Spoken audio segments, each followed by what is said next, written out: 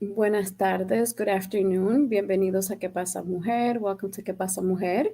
Estamos celebrando otro domingo a las 4 de la tarde. We're celebrating another Sunday in December and a countdown because we will no longer be in 2024 shortly. I think we have 2 Sundays left, so we're trying to celebrate it big. But we're going to go ahead and bring Nicte and Maddie on. Thank you to our producer for doing everything that he makes happen. So we'll go ahead and bring Nicte and Maddie on whenever you guys are ready. And I don't know if you guys notice my necklace and glasses. I have a new sponsor, Maddie Garcia, for the jewelry today. So we're looking forward as well to our special guest today that we have as well. You know, we're always celebrating and talking about history, money, finances. Well, money and finance, the same thing. Relationships, entrepreneurship, and of course, before I forget, when it comes to finances, Latinos contribute 3.4 trillion to the U.S. economy, and we are happily uh, proud of saying that number. And every year the number will continue to increase because we used to be at 3.2 and now we're at 3.4 trillion. So mucho dinero. So we're gonna let's see if Mark can bring the ladies in. So we kind of start our conversation. And again, we're ending 2024 and we're going to be looking forward to 2025. Hola, Mari, ¿cómo estás? I'm Mira, good. Buenas Mari tardes. no se puso color porque sabía que nosotras íbamos a tener color. I'm sorry. I should have picked up my necklace. I was telling Nicte that I have two different colors, but it's the same necklace. And I love it. but I'm glad Oh, you ladies are wearing it. You look amazing. I love it. oh my Yeah, God. I just got it in the mail yesterday. So I was like, Mhm. oh, perfect. So for our audience, we did not coordinate this.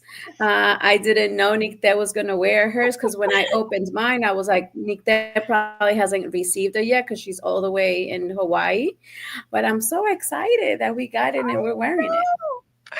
I know. And full disclosure, I was like, I got the box and I kind of shook it. I'm like, oh, is it? I think I know what it is. Should I wait for it to open it in Christmas? I'm like, no, I can't wait. So I was like, I just opened it. So yeah, No, I I opened it. love it. Love, love, Yeah, love it. because I I'm love. so Yeah, so I happy. was highly surprised, and I was like, "Oh my God, this is so gorgeous!" I And it's not know. heavy, No. and the earrings are so nice. I feel like royalty, Viviana. Do you feel the same way? I feel like I have to Sí, hold my head up high, así. sí, me ayuda a tener el cuello así arriba Sí, ayuda a la y no estoy postura. jorobada. Sí. I love it. Como que Thank me you, alargo Maddie. el You're the best cuello un sponsor ever. poco, me hace ver un poco más delgada. It takes the focus away from everything else and just Yeah. give it. No, it looks Sí, me beautiful. And it encanta. looks beautiful, yours too, with the black shirt. Thank you. Yes. I'm doing black and beige and brown today, so I love it. I love it. It's perfect. Now we feel like we match you, Maddie, with your necklaces. you look I love amazing, ladies. I love it. I love it. Thank you. Thank you so much, Maddie. Mwah. Love you guys. Love you. I think Viviana Perfect. also. Yes, Oh, I there we go. thank you so She's back. much. I love it. So as I was saying, when you guys came online, you know, we have an array of different topics that we've talked about throughout the last 2 years. And so today we're going to bring our guest, Kevin. He's been on the show before one time, I think, towards the beginning of our showing. He's very knowledgeable about history. He'll kind of tell us a little bit about his background. But I think it's always important how we talk about education, as Maddie would say, in reference to our culture and kind of knowing where we come from. On Fridays, I teach a Spanish class at a homeschool co-op here in the area, and they were talking about how American Indians got here. And so I was like, and it had nothing to do with my class, but I just saw it on the board and I was like, hey, like, where did they come from? Right. And he started giving me his explanation. And then I showed him indigenous people from South America. Right. He said they look just like American Indians, like the indigenous people from the USA. I was like, yeah, because they were all the same people at some point. Like it's one body of land. The Europeans came to like divide and conquer, but at one point in our lives, we were all the same. We looked the same. Like you can't tell a Colombian indigenous from what we call today Virginia, American Indian. So it was kind of like a nice, interesting conversation that we had. And again, this is a teenager, right? So it was nice. So I kind of thought about having Kevin on our show today because he's very knowledgeable about history, African history and Latin history as well. And he's bilingual. So Mark, whenever you're ready, you could go ahead and bring Kevin on so we can kind of get our discussion started. Because, as you guys know, that hour goes by really quick. Yes. Yeah. So, where was I? I was in a gathering yesterday. And we were talking about how people of color, we all have so many things in common. So we were talking about the food, music, the family, the aspect of how we view family, and how so many things that we have in common. And I know we always talk about this, Maddie, but tell us a little bit about some of the comments that you're writing on here in reference to like the country and the different backgrounds. I don't know what your thoughts were about that. No, you were just stating that indigenous people at one point we were all the same and that we're more similar than different because we all came from the same place. And it's the same thing. Like we tend to differentiate ourselves depending on what country you were born and because your hair is straight and your hair, and I think people of color, they're all the same thing. Black people, every country, regardless of what you think of, sometimes, like, okay, let's say ourselves, Colombia. When you think about Colombian, you don't think about, a dark-skinned person with kinky hair. That's not the first thought that comes to your mind. But Colombian, there is that those people are in Colombia. You don't, when you think about Dominicans, you probably don't, that's not the first picture that comes to your mind. But most of our population looks like that. When you think about Venezuela, Mexico, I didn't even know Mexico had a huge Black community, So it's everywhere. And we all look exactly the same, So it is just, it's different when we speak or whatever, maybe different language, dialect, but we all look the same. I love that. We're forever connected. Yeah. Sure. Like we always say, we focus so much on what makes us different instead of focusing in all the similarities that there are, with all of us, So Mm-hmm. I love that, Maddie. Yeah. And even sometimes just looking at the outside, we look alike.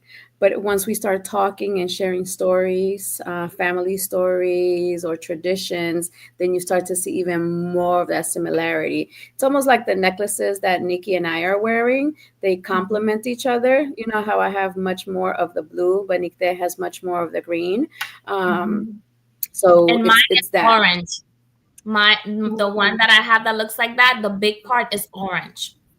I love it. Yeah, so we all complement each other, even though we're coming from different countries, different regions, different. Maybe sometimes we share the traditions, but maybe just one little thing is off. But I'm sure if we were to study it, it kind of goes to the original, la original.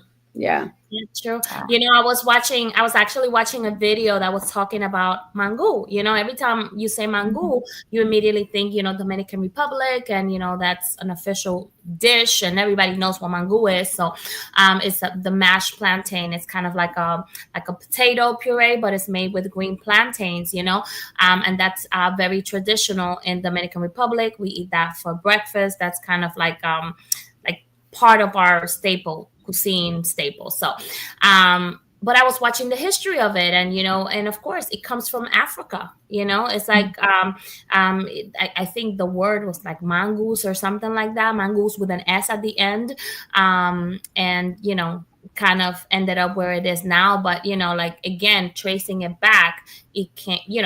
It comes from our African heritage. So Mhm. I love Yeah, a that. couple And of years ago, I saw a video on it was white people like in the mountains, and they were killing a pig, and so they had I don't know, six, seven different families. So each family was in charge of a different part of the pig, and one of the families actually made morcilla, which I thought mm, was only Colombian, and the oh morcilla is the mm, blood sausage. oh So no, we have inside it it has too. the rice and the bread. Yeah. Well, I thought it was a Latin thing. I never thought that white people in the mountain might be eating morcilla like Colombians. That was like a complete shocker for me. Oh, Yeah. and I'm sorry guys, but I'm in my sister-in-law's house today, so I have some coquito. So Merry Christmas oh, to everybody. salud. Mhm. Yes. I just have Do green you guys tea. make coqui? I'm actually drinking water today. Do you guys make mojito with not mojito, coquito with eggs or just the different milks? No, so it's the different milks and cinnamon and things like that. Yum. So is there a particular country that makes it with the eggs? Because I thought eggs So always went in it. here, eggnog. Uh-huh. Eggnog is what they make here. So that's a little bit different than the coquito. So Mm-hmm. this one has, it has The coquito is never made with eggs. the white rum. No. No, I don't think so. Castillo, right? Is that what it's called? Castillo. The rum that's used to make coquito with? Oh, no Castillo? tenemos mal. Castillo? You're on mute. The Bacardi. We just use the white Bacardi or any light liquor because it has to be white, like the clear liquor. It can't be dark. Mm-hmm. Mm. Otherwise, Yeah, it a friend of changes mine, the. she made it. She's Puerto Rican, and I think it's called Castillo. She will be killing me because I'm killing the name of the alcohol, but And it could be because everybody like we make Casillos it. or Castillos or something like that. It was called, but it's clear rum. Hmm. Nikta, do you guys have a tradition for drinks during the holidays, especially now that you're in a new place? Have you seen traditions that they do that you had not been exposed to before? Um, Not yet. I know they do like a lot of pork here locally, like especially within the luau's and everything. But I haven't yet seen anything that is like, oh, here's the traditional meal that locals would make in Hawaii. What I am seeing a lot is I think because a lot of the people here, from everywhere, especially within the military, that they start to ask like, oh, where can I find recipes to make? Someone in our neighborhood was wanting to make tamales, and she started to share it, and it's hard to come up with the certain ingredients here because we're on an island. um, but it's kind of nice to see how like everyone's starting to kind of find ingredients for those traditions and wanting to share it with others.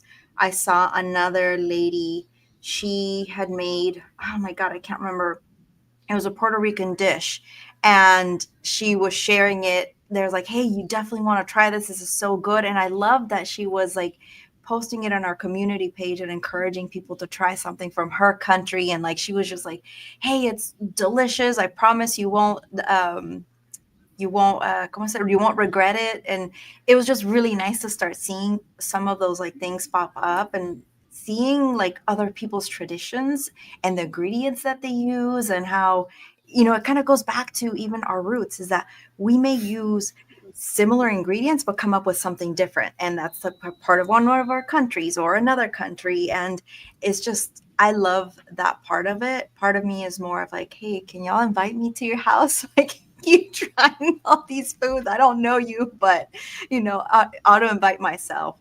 But I think that that's one of the nice things that I've been seeing. And I know my husband wants to make birria tacos this for the 24th, kind of switching it up. We like to make our own traditions, stick to our traditions, but make it our own. So I'm excited for that because my husband's like, he just can put salt on a piece of leather and it tastes like delicious. Like he has like this gift about cooking and no one taught him. So it's like a legit gift. So I'm excited. I would send you ladies some, but I don't know how it would last. Has he made it before? Yeah, he did. He did. And it sold, se vendió rápido. I don't think it sold quick translates as well as when we say it in Spanish, but in Spanish we have a saying, se vendió rápido, meaning that like something was so good that like it was eaten super fast. I don't know if we have a legit translation. It went quick, maybe? Quick. It went quick? It was just really good that everyone ate it. It just sounds like a mouthful to say it. Yeah.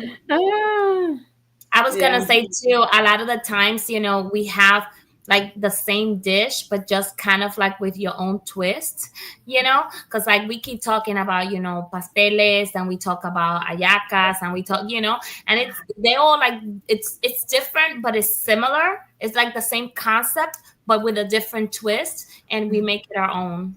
Yeah, absolutely. Hi, Benny. Bienvenido. Technical difficulties. Hi, yeah. Lots of ¿Cómo estás? Can you hear me? Sí. Mm-hmm.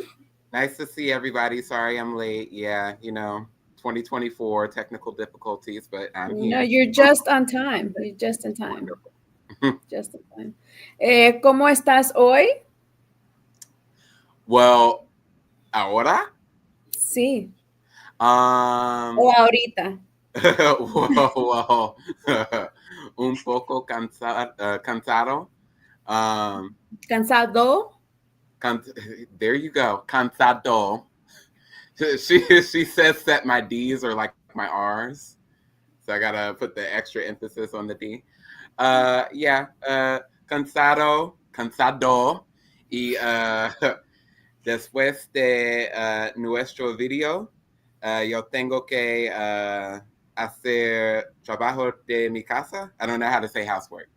Mm-hmm. Sí, trabajo en la casa. Ajá. Well, okay.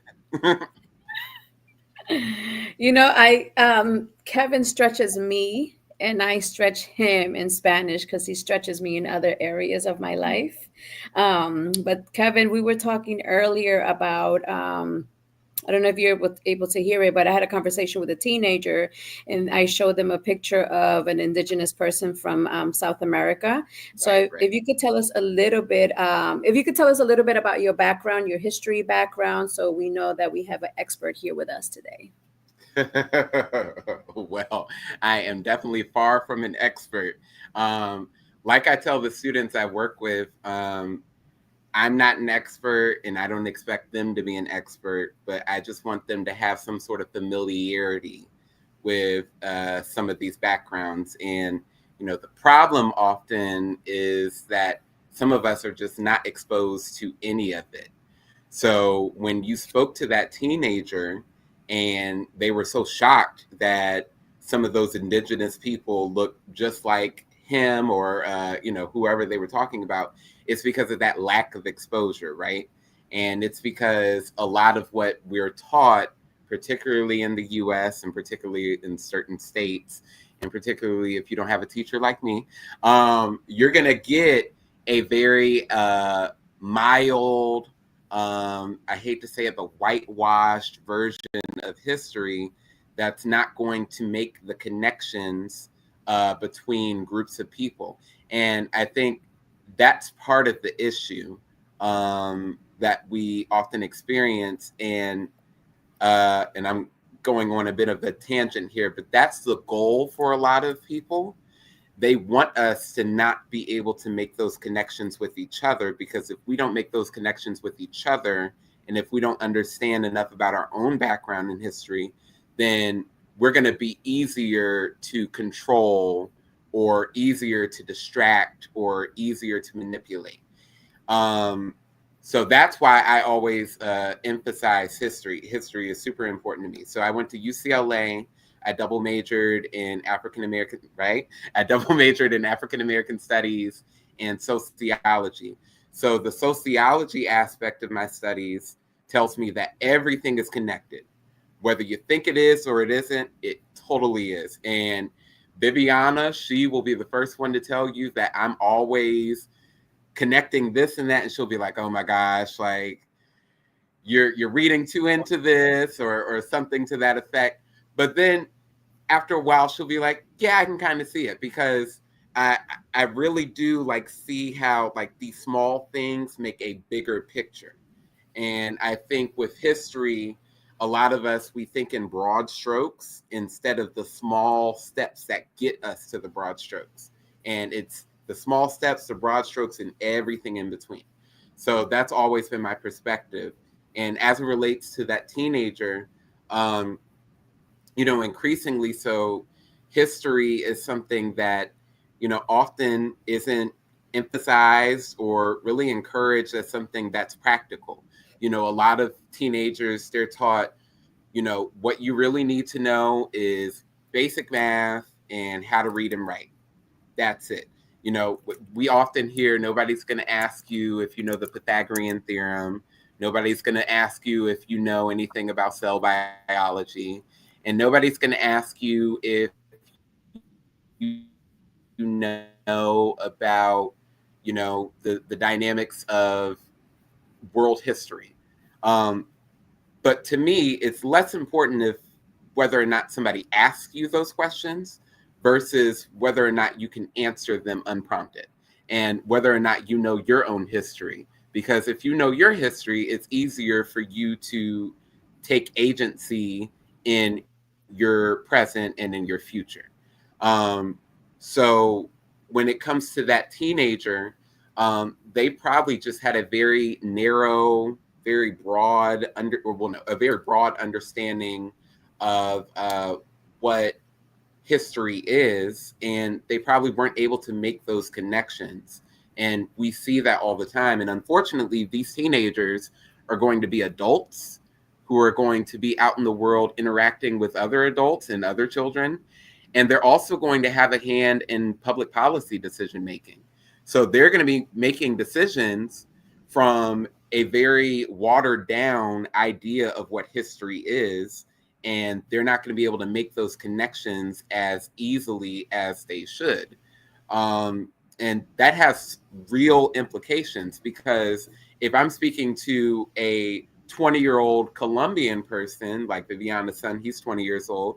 If I'm speaking to a 20-year-old Colombian person and they don't see the connection between what they go through as a Colombian or a Latino American and what I go through as a Black American, if they don't draw those connections, they might not draw those connections when they interact with me, or when they go to vote, or when they go to a city council meeting or a school board meeting, or when they send their children to school. So I think all of those things are really important, and we have to be able to use education as a way to bridge those gaps and make those connections. Because if we don't, we're always going to be on these scattered plots when we really need to be coming together to be able to get to the big picture. And again, it's by design that we're not doing that, because divide and conquer is always how people try to go at, making their stake. And if we come together and we have this shared understanding, it's going to be a lot harder to accomplish that. And that's why they're going through the links that they are, to make sure that we're divided, not just in a public policy standpoint, but intellectually, culturally, spiritually. They don't want the blending. They don't want shared understanding. They want all of us to be in our own individual camps. And knowing a good amount of history, it disarms you in a way where you have to come together, because you have to be able to see your experiences in each other, not just in the present sense, but seeing your experience in the perspective of the past and what it could be in the future. Yeah. I was gonna say thank you so much, Kevin, for saying all of that. You know, I'm here like nodding my head. I feel like my neck is gonna like discombobulate because I'm like, yes, yes. You know, like I talk about this all of the time. Especially again, my family's from the Dominican Republic, and even when I look at my little family, like my immediate family, my husband and my children, there's so much diversity within the five of us. You know, my husband looks completely different than me, and then we have three kids, you know, same father, same mother, and you put my kids together and they don't even look related. My daughter is like white with fair, you know, like very fair skin, light eyes, her hair is different. And then I have my boys who are very dark skinned, you know, like the softer hair and brown eyes. So they don't even look alike. And you know, I talk about all of that because, you know, you go first. I mean, like when we moved here from New York, we originally came from New York. It was like, you guys are not related. Like my daughter always got those side eyes when she talked about her brothers, and you know, because they don't look alike, you know. And again, it's the exposure, the not knowing, the not being exposed to cultural diversity. You know, in New York, there's people from everywhere you go, so you see a little bit of everything, so you're not surprised when you see things like that. And then you come here to a place like Virginia, and then it's like, where are you from? Where is, you know, like I can't even tell you how many times I get, where is Dominican Republic? Like literally last week I was having that conversation with somebody. They're like, oh, you're from South America? No, I'm from the Caribbean. Oh, you're from South America? No, we're like in the side of, you know, the continent, you know. And I just didn't know how to explain it. We're like, no, you know. But it's again exposure. So you know, thank you for what you do, for bringing that to people's attention. And like I always said, you know, Viviana said it at the beginning of the show, I think education is, it's key. And if we, you know, if we don't make our voices be heard, people are not going to know that we exist. People are not going to be forced to ask questions. Like Viviana's student, you know, if she wouldn't have been addressing the topic, that person would have never been exposed to that. So it is important for us to let our voices be heard and speak about us, and you know, for our, even for our own benefit. Because every time, you know, that I'm researching or that I want to explain something and I read about it so that I can explain it better, I learn something new. So it's educating me so I can better educate the people that are around me. So thank you for that. I love that. I had like everything has been like super resonating. I totally agree with you, Maddie, and the whole conversation. And for me, you know, Kevin, you have so much experience with this and really bringing that history and awareness. What I've learned is that sometimes some of these things aren't intentional, you know, like people might not be exposed to it. And I think it takes the right people to want to learn themselves, or be around areas like educators like yourself who are wanting to make sure that people have that broad representation where it's not just one community. You're trying to bring different communities and perspectives.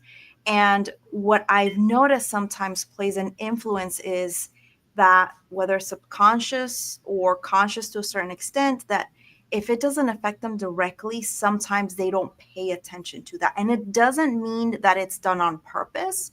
I think it's very few cases where people don't care. And I think that that's sometimes the media and the internet exploits that, again, to kind of separate that and separate us. And then what ends up happening is that I've seen it where people are exhausted trying to talk about their community and defend their community. So they're constant on that fight or flight mode, or they feel defensive, and just one wrong person can throw them off. And then the media blows us up out of proportion, thinking that every situation is like that. So people who want to learn more, who want to immerse themselves to understand our communities better and even support us, sometimes feel apprehensive about asking. I've had people, I could tell when they're nervous about asking a question, and I don't want to sound, you know, like I'm rude or anything. Like, no, please, like, I want this to be a safe space. Ask me your question. I appreciate that you wanting to ask a question, and so I make sure that I'm open to it and I try to answer it in the best possible way. And so, how, with saying that, how can you encourage most of us who are doing the work to empower our communities, but also for people who are on the other side, who want to learn more, want to expose themselves and immerse themselves in learning history and trying to connect with us? How can you encourage that so we can really start to ourselves not widen that division, but kind of narrowing it down? So that's a very, very good question. And that's something that I have myself wrestled with for a plenty of years. When I graduated college, of course, I thought I knew the entire world like the back of my hand, right? And I was very idealistic. So I tried to approach that communication and I try to inform people in a way that I think worked really well with some people, but for those apprehensive people who were maybe a little bit more timid or for whatever reason, and there are many reasons. Some of them, they felt either that it was overwhelming, like too much information all at once, or they felt as if not that they were being spoken with, but they were being spoken at or talked down to. And the Kevin from 7 to 10 years ago might not have cared as much about coming off that way. So you asked two questions. You asked, the first one was, what should the people who are trying to give that information out do? Like, how should they approach it? And then what do we do about the people who are probably more on the apprehensive side? So the people who are trying to get that information out, there are a few things that I would suggest to them. First of all, they have to give themselves grace and space. Grace to not be correct all the time. Grace to be exhausted, because this is an exhausting challenge that we have to try to prove your humanity to people. That could be very exhausting, especially if you are constantly thinking to yourself, this should be super simple. Why aren't you understanding this? Right?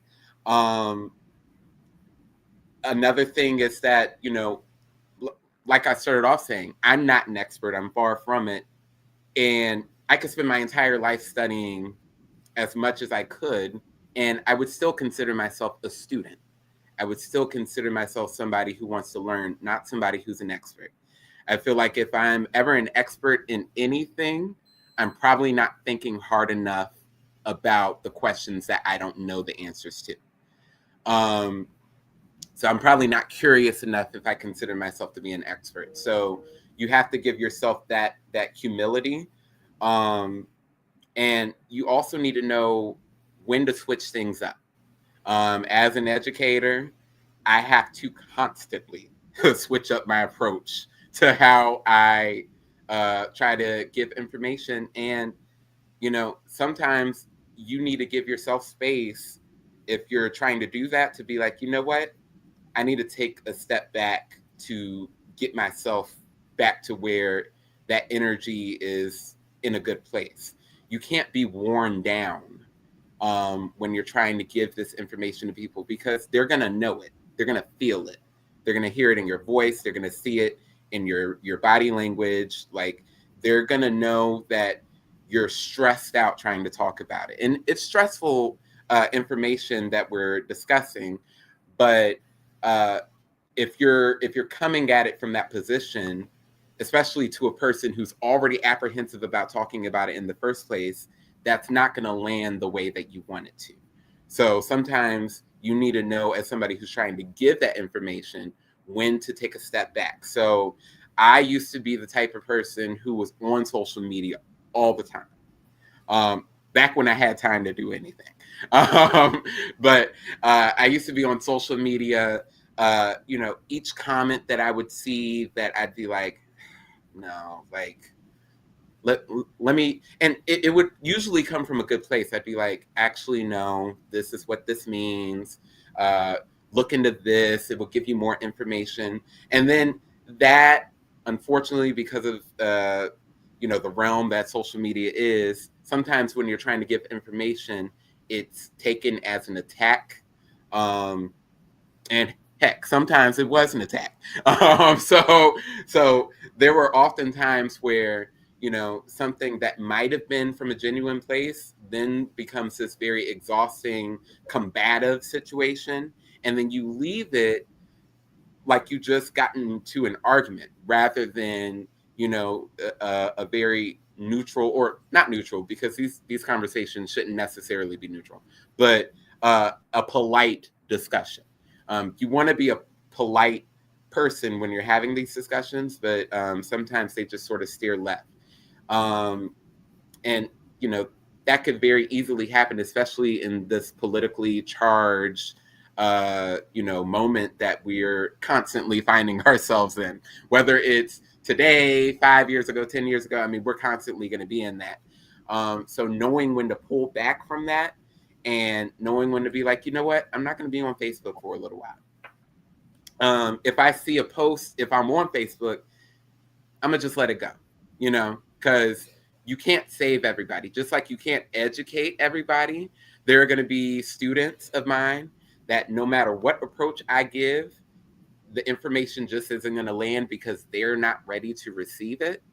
I have to realize when that's the case, and then I just have to move on with my life. Because if I get stuck in that results-oriented mindset of, no, you need to know this, no, you need to understand this, I'm going to be perpetually disappointed. And figuring that out is a great way to give yourself some peace as somebody giving that information out. And as it relates to the people who are apprehensive about learning this information, if you're apprehensive about being in a pool, the best way to get in there and start swimming is go into the shallow end and work your way to the deep end. So stick your toes in, get somebody who you can trust, who knows a little bit about it. And also, a lot of this just requires courage. It requires you to be vulnerable. When you're learning stuff, whether you're a student in K through 12, college, whether you're discussing something with one of your friends or family members, I mean, nobody is going to be an expert at everything. So you're going to be vulnerable, and you're going to have to come at it from a position of, yeah, I didn't know that. And unfortunately, you're working in a terrain where people expect you to know something, and they're going to judge you if you don't. But you have to be okay with not knowing stuff and having people be sort of disappointed with you. Because the only way that you're going to grow is if you meet that head on and say, yeah, you're right, I didn't know that. But I'm not coming at it from a place of malice. I just didn't know because I didn't have that exposure, and I'm willing to learn. And most people, especially if they're people like me who are trying to get that information out, if you are sincerely trying to seek it out from a sincere and honest place, you're going to get people who are patient with you. But if you're somebody who tries to hide behind, oh, well, I'm too timid to learn stuff because I don't want to be chastised or, et cetera, so I'm going to stay within this ignorance. That's where you get a lot of the animosity, because we can't afford your ignorance. You might be able to, but the rest of us can't. So, yeah, you might get somebody who's a little bit upset with you or a little bit charged, but you're not dealing with the ramifications of that ignorance. You're not dealing with the policy decisions. You're not dealing with the social interaction. You're dealing with maybe being embarrassed, which I don't want people to be embarrassed. I want people to be informed. But ultimately, people just have to confront that and say, you know what? I'd much rather get the information that I want, even though I might be embarrassed because I'm vulnerable, versus staying away from all of that just to be safe. don't play it safe when it comes to learning about each other and about culture and about history, because history has never been safe. If you look at anybody in this video right now, our histories, whether it's been y'all as women or us as colored people or us as, just straight up non-white men, history has been a very dangerous terrain. So we can't afford to be safe when it comes to exposing each other to these things. However, I will say that people giving that information need to be aware that, you can't expect people to receive information from people they either don't trust or don't like. Because you have to feel comfortable when you're dealing with information that you don't know, because it is vulnerable. And we have to sort of strike that balance in giving that information out and being able to receive it. And also, people who give information out need to understand that they have their own vulnerabilities and that they can be apprehensive to other information as well. And like I said, a lot of us, we think that we're experts in the moment, but then when we go to research stuff, just like Maddie was saying, we start learning stuff and we're like, oh, wow, I didn't even know that, right? So we all have to like see each other in ourselves and see ourselves in each other in order for us to be able to exchange information a little bit better. That was such a great answer. Thank you, Kevin. Really lots to inspire us to think how we move forward, how we can continually make an impact. And I love how you said there's that self-awareness part from both parties and how it can be positive or negative, and checking ourselves, like especially as we are giving out information. I love how you said that if we are in a space where we're exhausted and drained, to give ourselves that grace to not be trying to share information because we may come off, on the edge. Or that was just such a great feedback and insight for us. So I thank you so much.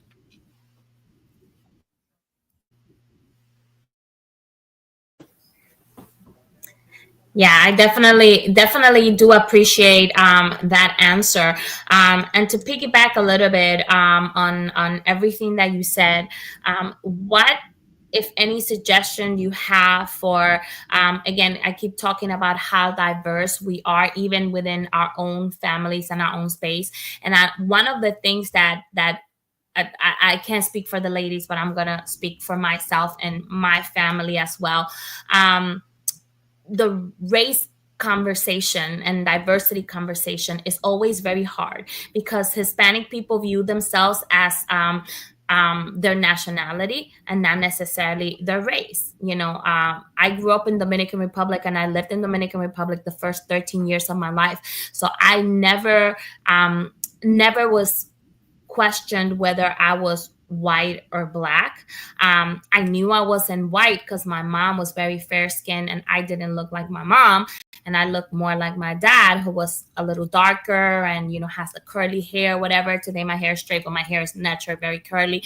So, but, I knew I wasn't white, but then I also looked at myself and I was like, I know I'm not completely black either, so it was kind of like that question. So race was never an issue until I actually came to the United States. And then when I got to the United States, it's like, oh yeah, you're Hispanic, but are you black, are you white? I'm like, I'm both, I'm neither. And it was like that confusion. And I always struggle with my identity because of that, because it's like, where do I fit in? Who am I? What am I? And it was like that understanding. And like we were talking, it's like the more you research, the more you try to get the words to be able to explain, you kind of understand yourself. But it's hard, again, to, I guess, make the elders or other members of the family kind of be able to have that conversation and be able to kind of explain and voice. I always tell the story. I started getting tattoos after the age of 40. But anyway, so one of my tattoos that I have, it's a crown that I have in the back, and it has a little sash, and it says black in Arabic. So I remember when I first got it, I showed my brother, very excited because my brother had tattoos. So I'm like, I know he's going to love it. And the first thing he asked is like, oh, it's cute, but what does it say on the sash? And I said, it says black. And his reaction to it was, since when are you black? And it was like, oh. I'm like, look at yourself in the mirror. You are black too, And it's like, how do you have, as a young adult, like maybe because you have, again, I'm raising children, and my children are very aware of the color of their skin and their background and things like that. So like my daughter is like very white looking, but you ask her and she'll tell you in a heartbeat, I'm Afro Latina, So she's like, I'm black, she's white transparent, but I'm black, So how do you empower a young person to maybe have a conversation with an elder that might not necessarily understand the racial disparity? So, long answer. So the first thing I'm going to say is, it sort of gets back to that thing of you can't necessarily have a conversation with any and everybody and walk away with it feeling fulfilled and feeling like, yes, I got my point across, and yes, everything won. That's not going to happen all the time. And with older generations of people, the older you get, unfortunately, a lot of us, we tend to get set in our ways, and that's just sort of it. I think if that's the goal, you should just try your best to use history to your advantage. So I tell my students all the time, do not confuse ethnicity, nationality, and race. Those are three different things. Now, sometimes those three things intersect, and they can all like come together to make a bigger picture, but they are all separate entities. So just a quick little refresher for anybody who's watching. Nationality is where you were born, the country of origin. Ethnicity does not require you to be born in any particular country or area. It requires some sort of shared experience, usually because of language or religion or some sort of cultural practices, anything from food to how you dress to different holidays that you practice and observe, all of that good stuff. And then race is a little tricky. So race borrows a little bit from ethnicity, but it also heavily relies upon your phenotype, aka your skin color, hair texture, bone structure, stuff like that. And some combination of all of that is going to paint a picture in any given time or space of somebody's race. So, for example, y'all might have heard of the one drop rule. So in the United States, there were rules that said if you had 1 drop of black blood or a percentage of black blood based on your lineage, you were considered black. You could look as white as Taylor Swift, but if you had just enough black blood, that was used to deem you as black. And of course, with that, back at that time, that was used to, control you and discriminate against you. And it was state by state.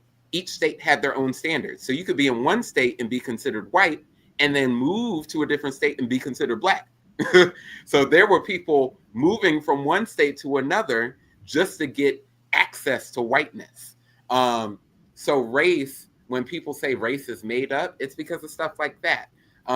There's no set rules that really make race. So when you talk about Latin America and you talk about how race and ethnicity and nationality are sort of way different than what they are in the United States, well, yeah, that's really true. So, a lot of people don't know that over 90% of the enslaved Africans that came from the transatlantic slave trade, they didn't go to Northern America. They went to Central and South America. So the racial dynamics are completely different than what they are here, as opposed to, say, the DR or Puerto Rico or Colombia or Brazil. So, their concepts of race are different. They still have it, but not necessarily in the rigid way that we have it out here. Just like you said, Maddie, when you came here, it was like, yeah, I get it. You're from the DR. That's cute. But are you black or are you white? Right. So that's really what they want to know. What's your proximity to blackness, which is this extreme, and what's your proximity to whiteness, which is the other extreme? And based on what you tell me, that's how I'm going to treat you. So that's really what they wanted to know. How do I interact with you? Because if you would have said, oh, well, I'm black. Okay, well, I know I can't say this around her. I know I have to do this. I know I have to do that. Oh, but if you're white, okay, well, now we can talk about the black people with each other. I can bring you home to me to meet my parents, and we can interact with each other in a white space. So there are reasons why race is so rigid in the United States. Having those conversations with older people, they're coming from that very rigid sense of what race is. So they're like, oh, well, no, don't claim to be black. You know what that means? Like, no, because they're coming at it from a perspective of when we were black, we were forced to be black. They told us we were black. That wasn't something that we chose to acknowledge and self-identify as. No, we were ascribed that black identity, and it was used to condemn us. It was used to discriminate against us. That's not something that you should want. And it's sort of like that knee-jerk reaction, how like they're sort of overcorrecting because they don't want to get back to that space. And we, getting back to that humility, as younger people, and I mean, the four of us are in comparison to like our older generations, we have to understand that we didn't experience that in the ways that they did. So they have reasons to feel that way. And they have reasons to feel that way for the rest of their lives, unfortunately. And sometimes they're not going to come fully on board to where we're at. And it's unfortunate, but it's just one of the many consequences of racism and xenophobia and the intersection of the two, because it does lifelong generational harm to people. And unfortunately, we have a tendency to pass it down to the next newer generations. And we have issues relating to each other because the newer generation is exposed to a different set of circumstances. Now, as it relates to younger people and their, I guess their understanding, their attitudes of, basically self-love and understanding that, being black, being white, all of that, there's nothing wrong with it. Love who you are and, be proud of it. And I think we're seeing major strides in that now. And I think, again, it gets back to knowing history. If you know where certain things come from, just like the one drop rule, if you never heard of it, you will probably never understand just how ugly that history was. So you wouldn't be able to relate to your grandparent who's saying, no, it's not okay to be black. You're going to claim that you're this or you're that. But if you know where the history comes from, it makes it okay for you to accept that it happened. You don't have to be glad that it happened, but accept that it happened and move forward in a good space and be happy and proud that you are here in this moment and you came from people who survived and endured all of that. So I tell people all the time, because I get into debates with my friends where they're like, oh, well, Black people, they get Black History Month. Hispanic people have Hispanic Heritage Month. Why can't we get White Heritage Month or White History Month? And I'm like, well, it's because white people got the rest of the year. Right, exactly. First of all, but also it's because white people, they've never had a shared experience that they had to endure some sort of trauma and come out on the other end of it, not as a collective group, maybe as Irish, maybe as French, but again, that's getting back to nationality. That's not race. So as a race, it's really never been white people. It's only been people of color.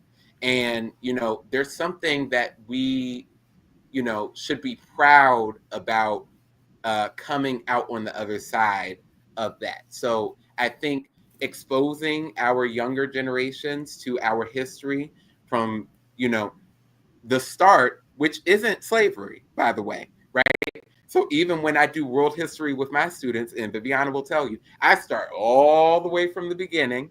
I tell them all about Mansa Musa, the richest person to ever live in West Africa and Mali. I talk about Egypt. I talk about we did North and South America a few weeks ago. So we were talking about indigenous cultures. Our history doesn't start when white people acknowledged us, right? Or when white people started using us for free labor. Our history started long before that, and it will continue long after racism. So I want us to be able to start from the origins and everything in between, because that's how you're going to get the best sense of pride in young people and that best sense of connection to their history. And if you don't have a connection to your history, you won't have a real connection to your present or your future. That was Thank you so perfect. much for everything that you said, Kevin. Yes, because it intertwines with our objectives here with Que Pasa Mujer and just educating. And I didn't talk a lot today because I get Kevin's knowledge all the time, and I really wanted you guys to engage with him. But it's I love the perspective that you gave us because it's true, right? Like you're asking me, what am I, so that you know how to handle me, right? So that's we have to think about that all the time and how we respond to people. And like you said, we have to know who we are, and in order to know who we are, we have to educate ourselves, and then we can know how to respond and just kind of take pride. And I think it's our job as adults, as parents, as leaders, to feed that to young people. So I think it's very extremely important. And I just want to thank you again, Kevin, because he's always making deposits, knowledge to our youth. Some people reject it, some people accept it, but it's our responsibility to just kind of do the job. And if you feel rejection, then you stop, or what I'm saying, whatever you desire to do. But I think it's definitely our job that if I have information and I want to share it, instead of being a hoarder, I'm going to share that information with you. So I do thank you for that. So our hour is almost up. So we're going to go ahead and get ready for Maddie's poem.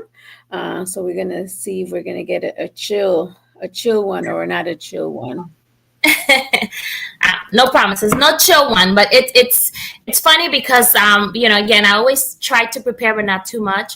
But first, before I get into the poem, I just want to say thank you to Kevin, because I could talk to you for hours and hours and hours, because this is just kind of like right up my alley. Is kind of what I try to talk about, what I struggle with internally with my family, outside. Like I said, every time that I get the question, so what are you? Like, where are you, or where are you from? And it's like, I was born in the United States, but and it's like I had to kind of get into it. But like we were talking before, I do appreciate the question being asked rather than the assumption being made. So I respect you more if you ask me the question and I have to go through the whole explanation than if you just assume. So are you Mexican? No, I'm not Mexican. So nothing against Mexican. I love you guys. But anyway, this poem I wrote in 2015, and oddly enough, it came. I went to a poetry competition,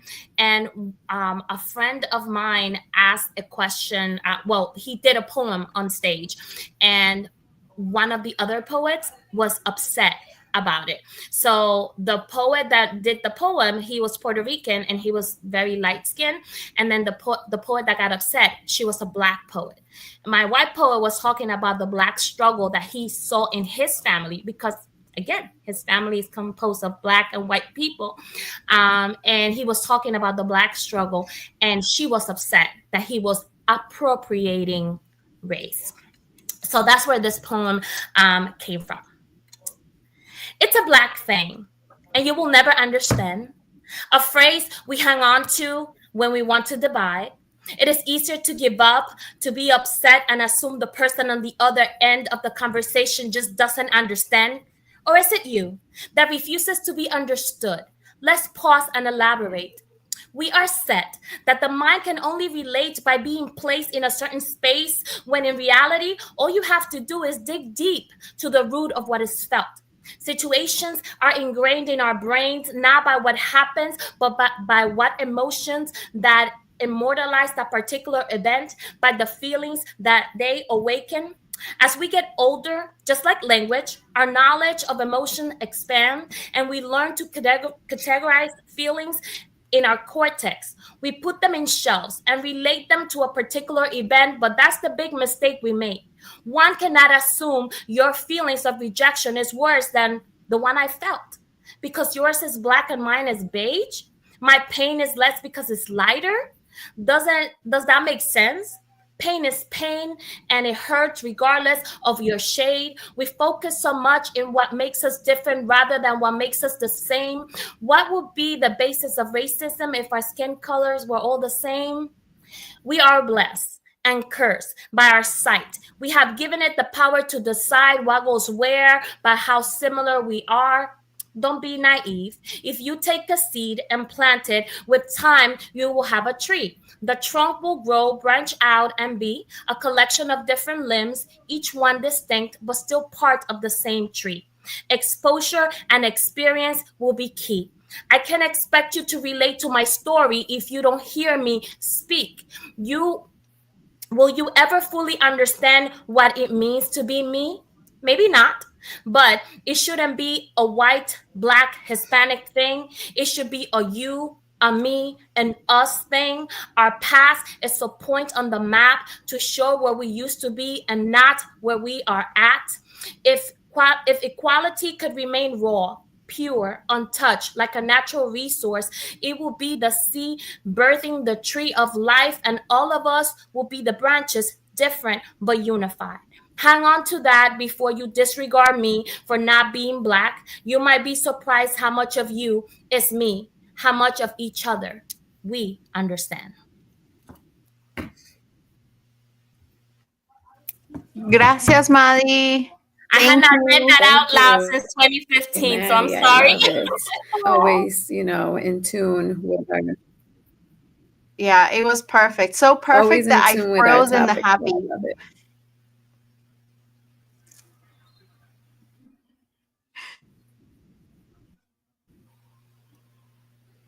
I'm trying to replicate the frozen.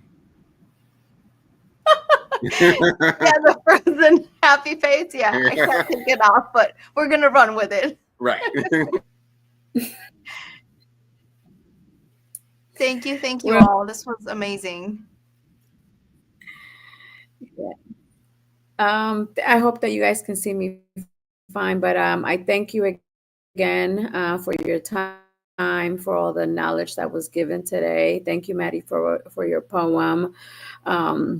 And I hope that you guys have an amazing week, and we will be here next Sunday at 4:00 Eastern 2024, and look forward to 2025. So thank you, Mark, to our producer as well. Salud. Thank you. I'm still frozen, but I'm here. Whether you're a seasoned designer, dabbler, or just starting out, this course is for you.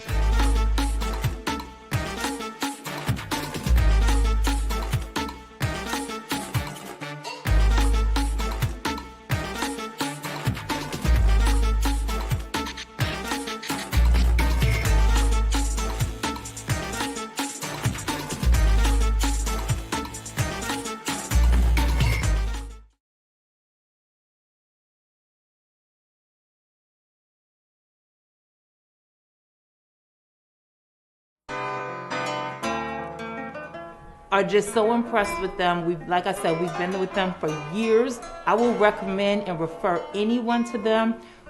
We stand by A+ academics. They're the best. A+ tutorial really did help me with all my grades. They all went up when I came to this place. And I would say I recommend this school to everyone. So it's a really good environment to be in, especially for me because it makes me look up to my parents. If you have students that need academic help, A+ Academics is the place to be.